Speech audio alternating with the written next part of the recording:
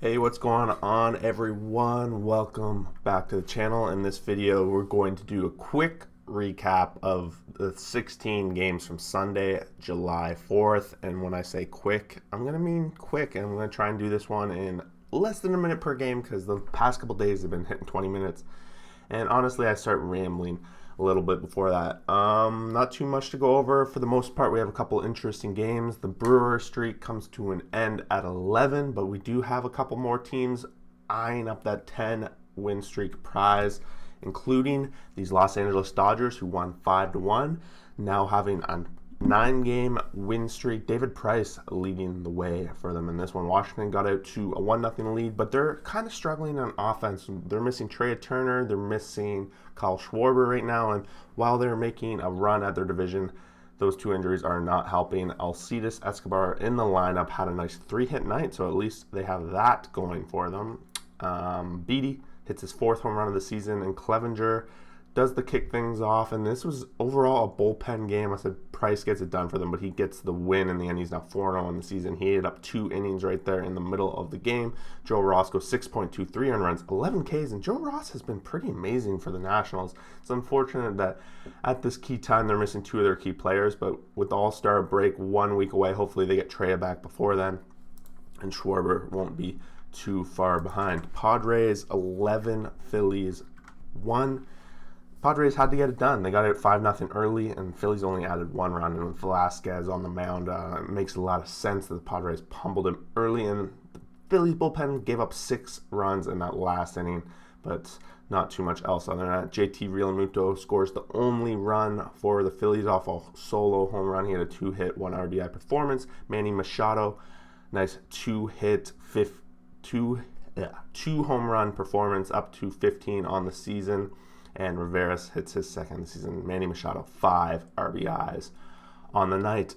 Blake Snell goes 4, 0 earned runs, 3 Ks. Still having trouble really stretching it out past 4 or 5 innings. He went 80 pitches in this one. They're keeping his leash still somewhat short. Got to remember he was scratched from last week. Velasquez goes 6, 5 earned runs, 4 Ks in the loss. Moving along, the Pirates 2, Brewers 0, and the Brewers win streak ended here on this Sunday. What can you say? Shutout by the Pirates. Wow. Tyler Anderson, possibly very big trade bait coming up to the trade deadline. 7 innings pitched, 0 earned runs, 6 Ks. He's been up and down, but he could be a little bit of a veteran arm to add to some sort of team on the fringe or looking to make a deep playoff run. Adding him to the bullpen, we'll see how that goes. Rodriguez goes in for his 11th save of the season. Again, another relief pitcher that's been talked around, name linked to the Blue Jays as trade bait. Freddie Peralta goes 6, 2 earned runs, 7 Ks in the loss. And Newman hitting in his 3rd home run of the season.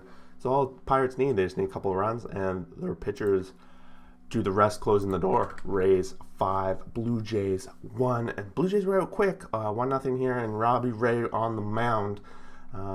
Randall Grichuk led things off with his 15th home run of the season, but the offense kind of dried up for the Blue Jays a little bit in this one. They got 6 hits, a couple errors in this game, end up leading to the Rays putting up 2 in the 6th, and then 3 extra insurance runs in that 9th inning. Franco finally back on there in that 6th inning, hitting his solo home run. He finally gets a 2nd home run of the season. He's slowly starting to settle in there. They still have him playing 3rd base for the Rays.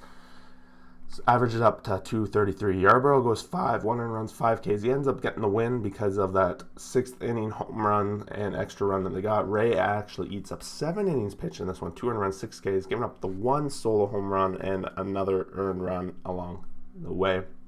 Ray, 104 pitches, eats up a lot of innings for the Jays, but they fall short. But they do win the series, so at the very least they're making up a little bit of ground on the Rays. Reds 3, Cubs 2, and the Cubs hoping to end that losing streak that they had going for quite a while now, but they fell a little short. They were out 2-0 early in this game, but the Reds chipped away, put 1 in the bottom of the 2nd, and then a couple more later in the game in the bottom of the 7th to close the door, and the Cubs they're continuing to lose, which is very unfortunate. And luckily for them, we have the Brewers losing as well. Hendricks goes 6, 1 earned run, 5 Ks in the no decision, and then we have the bullpen. Winkler comes in, blows the save, and the bullpen used to be the consistent part of the Chicago Cubs getting it done, but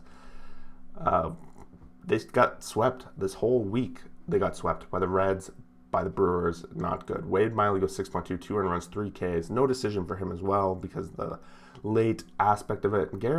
Amir Garrett comes in for a 6th save of the season. It looks like they're going to be riding him, at least for the most part, in the closing department. Astros 4, Indians 3, and the Astros got it done. They swept the Indians after an embarrassing start to the week, going 0-3 against Baltimore.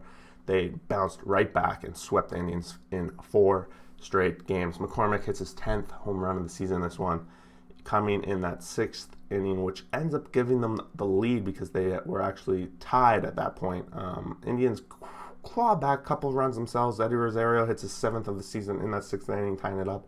Cesar Hernandez, his 14th in that 8th inning. They tie it up, send it to extras, where the Astros score their one given run, and the Indians weren't able to even score anyone. Greinke goes 7.2, 3 runs, 8 Ks. A great performance from Greinke. He still has it. Greinke's been fairly consistent. 3.64 ERA puts him in the top half of the average in ERA for sure. He went 100 pitches, went deep in this game, showing the depth as well as the length that these starters have in Houston. They very often get 7 innings out of their starter, which is a big part of what their success has been. Juan Trill on the other side goes 5.1, 3 earned runs, 3 Ks. ERA is now 4.20, but he falls a little bit short. And the Indians, they just they're on a little bit of a downward spiral right now, so we've got to look out for that. Hopefully they can find a bounce back this week. Tigers 6, White Sox 3, and the Tigers, that's back-to-back series wins this week, now winning off the top AL Central White Sox, which big step for them. They beat the Indians earlier in the week, so both of them were division rivals. They won both series. They're kind of showing that, hey, they're 8 games below 500 now. They have a shot again to 500. The way this team's playing, their lineup's really starting to come. Badu's really found his way in the top of the lineup. He had a nice 2-hit, 2 RBI night. And their pitching is overall pretty good. With Giolito struggling in this game, so still going back to those questions about Donaldson calling him out. If you don't know the story about all that, there's a video on the channel, and you can see the whole story about what's going on there. Breu hits his 14th home run of the season. He had an amazing night, 3 hits, 4 RBIs, but he falls short, and we had no home runs coming from Detroit's side, but Badu, he's up to 13 stolen bases. That's a big sign for him. And Manning goes 2.2, 2 earned runs. They're keeping it short with Manning still. They're kind of easing him in, but over almost 3 innings, he gave 60 pitches.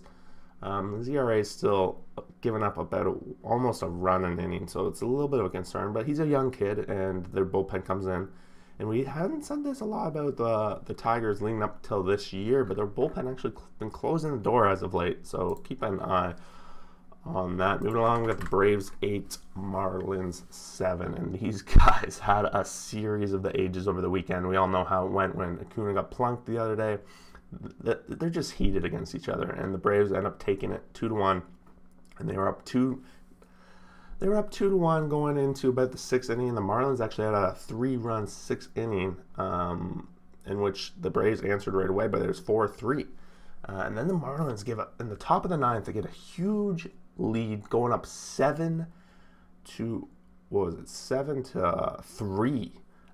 going into the bottom of the 9th. So they had a 4-run lead, and somehow, some way, the Braves find a way to tie it up and send it to the extras, and then they walk it off. And it's Max Fried who actually pinch hit with the bases loaded and walked his team off, which absolutely insane. Max Fried, the pitcher. Adam Duvall, 19th home run of the season. Leon, his 2nd, and Aguilar, his 13th, coming in that 9th inning, which really gave his team the boost, but they couldn't get it done. And Acuna Jr., he's up to 23. He hit that one in the 3rd inning. Thompson goes 6 innings pitched, 3 runs, 6 Ks.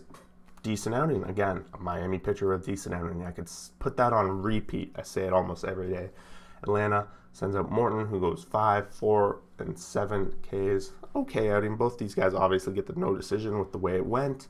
Green ends up being the guy that blows that in the 9th inning, and then Will Smith, they send him in for that 10th inning, and he shuts the door, giving his team a chance to walk it off, which was quite amazing.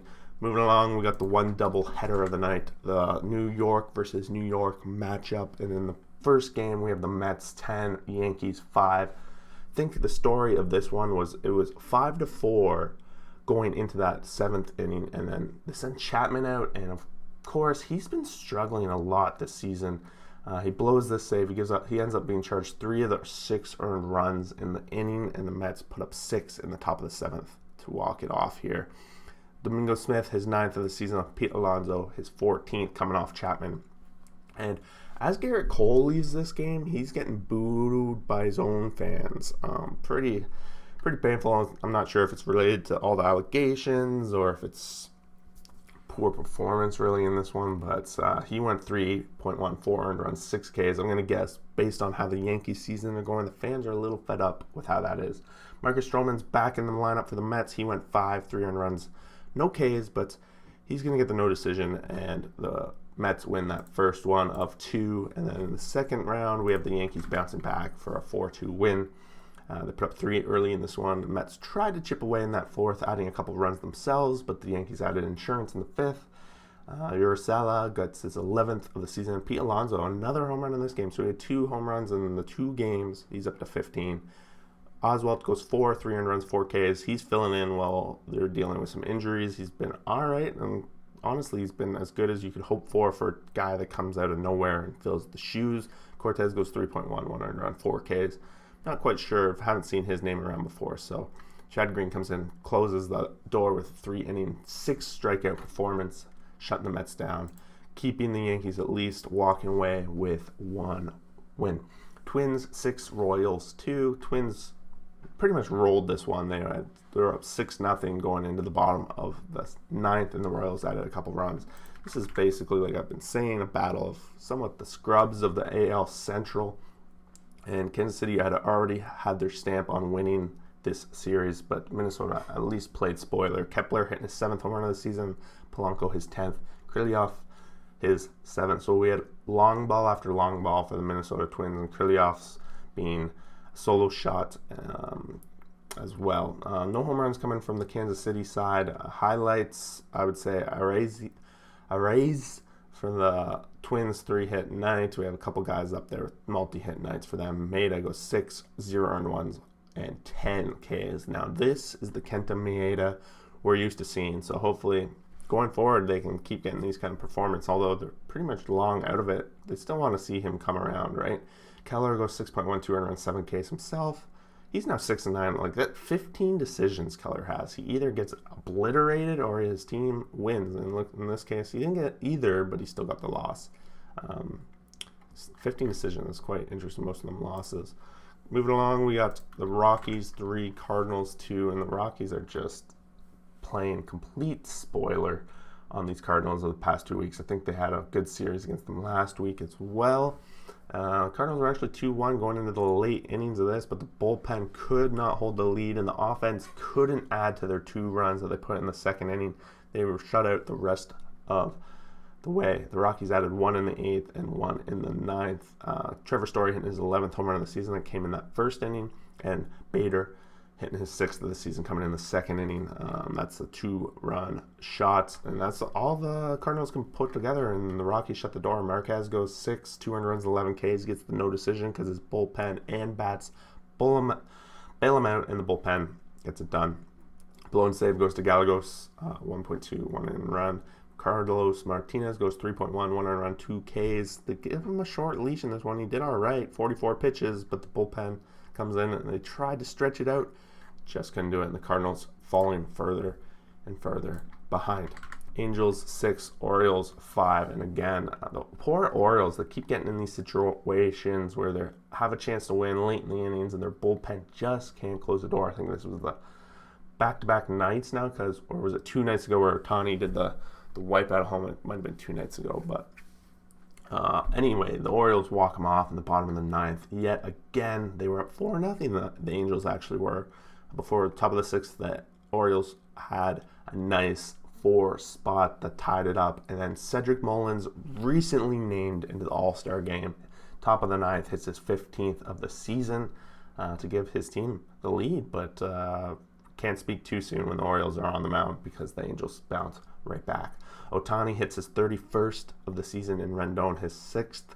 Sandoval goes 5, 2 runs, 7 Ks. He's probably been one of the Angels' best starters. Ever since they started using him, he's been very consistently putting up quality starts. At least, I guess, in this situation, he's one inning away from an actual quality start, but it is what it is. Shellman goes 4 runs, and gives up a couple home runs. And then Sulcer is going to be the guy that ends up getting the loss in this one, and the blown save, and just all around tough situation. Moving along, we have the Red Sox 1, Athletics 0, and this game was a pitcher's duel for sure.